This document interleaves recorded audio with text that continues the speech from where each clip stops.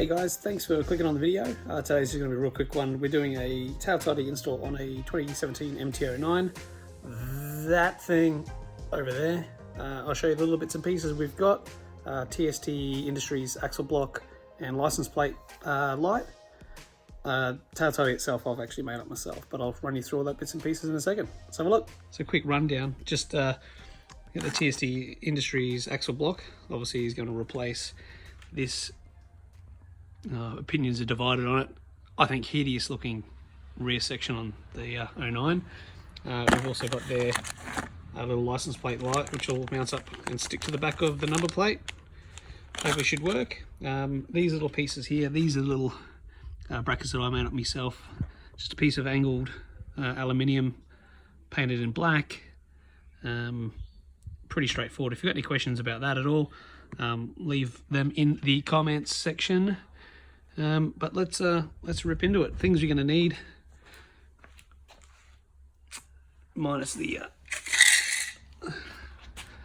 that obviously Queensland plate, 27mm, 10mm, 5mm Allen, and a 4mm Allen. And that's pretty much about it. Let's rip into it. We'll fast forward, but first steps first. Number plate off. There were two 10mm, and then this is a 27mm for the axle nut. So we'll try and might need two hands for this bit. 1 second. Let's try and get this thing off here and see what we can do. Just so you're aware, just so you don't comment saying that it was loose, I did crack it just before because I did need two hands for that bit. But once we get this piece off here,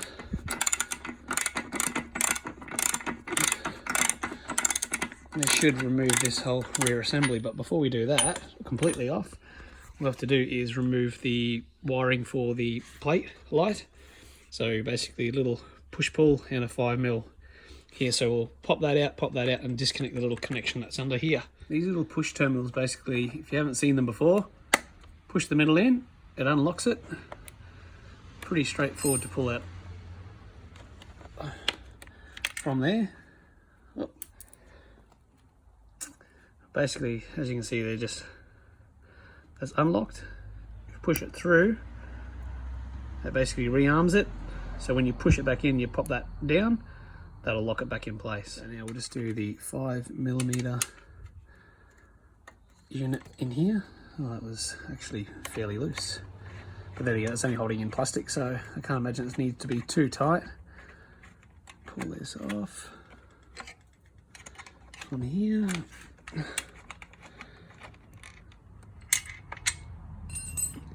There is a little separator that comes off there as well. And there it goes. We'll put them together, make sure we don't lose those bits and pieces. And now this piece should just slide back and undo. Pretty much just like that. Here's the connection for the light, so we should be able to just basically pinch that down in there, and that should be able to, oh, sorry guys, a little bit of a prick to get out, but easy is just a little flat blade screwdriver into that hole there to undo the plug, and then that's pretty much it. We should be able to then continue undoing this, and the factory washer now come off, and that should, with a little bit of finagling, allow us to remove this. You know, there's actually a bit of weight in that, probably say 1 or 2 kilos, so that's going to be removing some unsprung mass off the suspension, so that should help that a little bit, because as pretty much most people know with this bike, the suspension is pretty average. So TST block we'll put on now. With the TST block, guys, they do a video of a complete install for this as well as their tail tidy. They do a high mount, they do a low mount, but because I made my own, we've only had to use the block. TST logos, if you've got this to the front, or if you decide to want to do something like this to the front, but it's also got the little etch marks on the side, so you can adjust it accordingly to the other side. You need to probably push that back a little bit in there. Chain could probably be a little bit tighter, but it should put it pretty much back into factory position. So we just put the nut and bolt back on for that. And that's pretty much this step complete. Already, just removing that piece cleans it up so much. Yep. Yeah, it's not here, guys. It's 108 newton meters to lock that up. If you do have a bit of slack in your chain, just adjust. Obviously, your locking nut, your chain tensioner. On this one here, obviously you pull it back so there is some slack in your chain. Not too much and not enough. Obviously, one way or the other, in any direction's too bad. Obviously, everyone probably know how to take the seat off. Key under there. Do this. And what we need to do is pull this wiring back here. Feed it back under the front because we're going to run that license plate back up under here. So I'm going to drop that wiring out somewhere up under here. So we'll feed all this back through and see what we can make. Zip tie holding that on here. There's a couple along here we'll probably just have to cut off. Trace this wire back onto the other side here and run it back up under the seat. Pop it back through here and just run it down through that little slot under there to drop it out from underneath. Basically, once you've done this, guys, a matter of reassembling this the way you took it off. So that just basically clicks down, slides forward, your little locking nut, and then another little 5mm bolt up here to hold on your mud guard. There was a little one up under here I took off to get rid of that wiring. Let's see it a bit better from this side here, up in there, and that's the little bracket there that's holding the wiring on. But because we're rerouting that, might as well get rid of the bracket as well, save whatever we can weight wise. Not that that's going to make a difference. And then we'll run that back up underneath the tail and up into the rest of the wiring. Just see it running up through into the cowl where the rest of the wiring is. So to get these little caps that come with the TST Industries light on, just peel back some of the shielding because obviously there's plenty of room up in here to hide all this cabling, so trying to keep it as neat and tidy as possible. I'm assuming that black is negative, brown is positive, but we'll find out when we push these terminals onto it. And then I'll run the wiring for the TSTs up into here, connect it to this, and then run the number plate and get the little clamps and bits and pieces on there. As I was saying before, guys, basically if you look at these little terminals here, the idea is you throw the wire through that, and then just basically twist it down. That pierces through the existing shielding and basically taps this into the power wire. So we'll see how effective that is. It looks real nice and neat and tidy, and obviously again no soldering and no messing about with all that sort of stuff and taping it up and joins and all that sort of stuff. So we'll get this plugged in, wired up, and hopefully get it all running. Obviously they push right through and they look really good quality. Probably one little tip is because they're just pushing through, I wouldn't put them end to end just in case something was to fail horribly.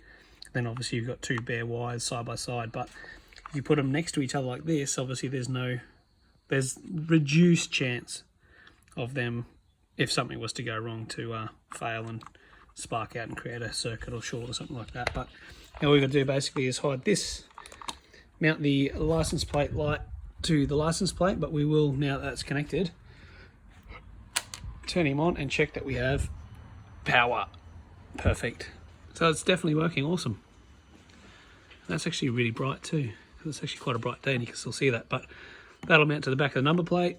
Tidy this up and basically reassemble the bike. Got to look at these brackets that I've made up here, guys. So it's just, hopefully it'll focus on that. It's just a little, basically bent aluminium piece. This end will mount to the bike, that end's to the number plate.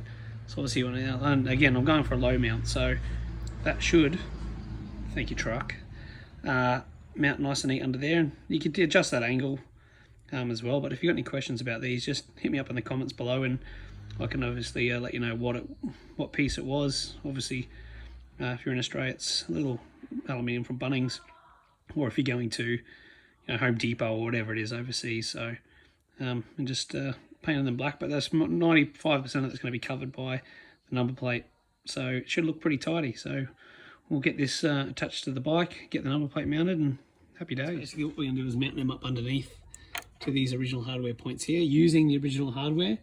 I don't mind that because these back pieces here are plasti dipped, so it's just obviously tearing it up a little bit, but Ideally, once you put that in there, and find the groove for it,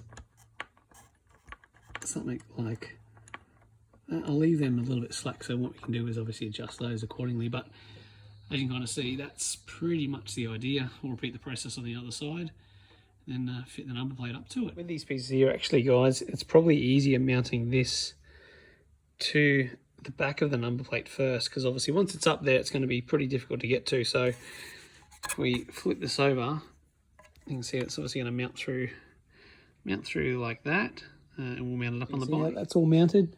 But you just kind of the trouble of just lucky taping these bunch of wires together, routing it down, obviously holding these plugs down there facing in, so less chance of anything going to knock them off or pull them apart if you're taking the seat on and off to put your helmet and lock it and all that sort of stuff on there. But that's pretty much it, guys. I'll chuck the seat on and give you one last look, and we'll wrap up the video. As you can see, it's nice and neat. Blends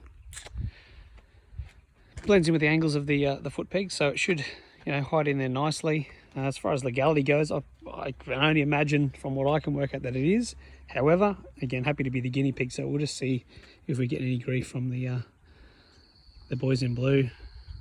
So, look, a few other little adventures coming for the bike. I got an exhaust coming for it, something a little bit different, and a few other little bits and pieces. So, look, stay tuned. If you like the video, obviously, again, if you want anything like what I've put on the bike, there's the Yamaha indicators on the rear. I'll probably change these cheap Chinese ones out, go to the Proton 500. Also with the Rizoma Alibaba, whatever it is, front grille actually looks really nice. So if you guys are thinking how it looks, yeah, it blends in really nicely with the bike.